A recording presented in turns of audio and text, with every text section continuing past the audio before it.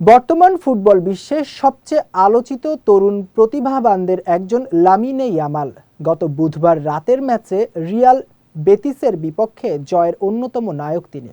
তাকে নিয়ে সম্প্রতি বার্সেলোনার মিডফিল্ডার গাভি এক সাক্ষাৎকারে মন্তব্য করেছেন, এখনও বিশ্বের সেরা ফুটবলার লিওনেল মেসি, এরপরই সেরা লামিনে ইয়ামাল। বিস্তারিত নুসরাত আহমেদের ডেস্ক রিপোর্টে। সালটা ২০০৭।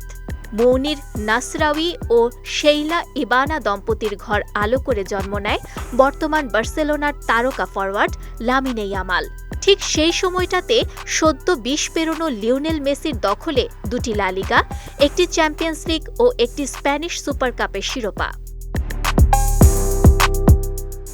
এ সময় ইউনিসেফের পরিচালনায় বার্ষিক চ্যারিটির অংশ হিসেবে বার্সার খেলোয়াড় হয়ে দৈব নির্দেশনাতে মেসি দাঁড়িয়েছিলেন ইয়ামাল ও তার মায়ের পাশে। এরপর ইয়ামালকে মেসির কোলে নিয়ে গোসল করানো অবস্থায় তোলা হয় ছবি। তখন কে জানত এই শিশুর নামই একদিন জড়ানো হবে সেরা মেসির পাশে। গত বুধবার রাতে রিয়াল বেটিসকে হারানোর ম্যাচে একটি গোলের পাশাপাশি দুটি গোলের সহায়তা করেছেন ইয়ামাল। ১৭ বছর বয়সী এই সতীর্থের পারফরমেন্স দেখে মেসির পরই ইয়ামালকে সেরা বলে উল্লেখ করেছেন বার্সেলোনার তারকা মিডফিল্ডার গাভি। গোল্ডেন বয় পুরস্কার জেতা ইয়ামাল এ মৌসুমে এখনও পর্যন্ত ২৪টি ম্যাচ খেলে ৯টি গোল করার পাশাপাশি সতীর্থদের দিয়ে করিয়েছেন ১৩টি গোল। ২৫০টিরও বেশি ডিজাইন অপশন নিয়ে ওয়ালটন স্মার্ট ফ্রিজ, বোঝে আপনার প্রয়োজন।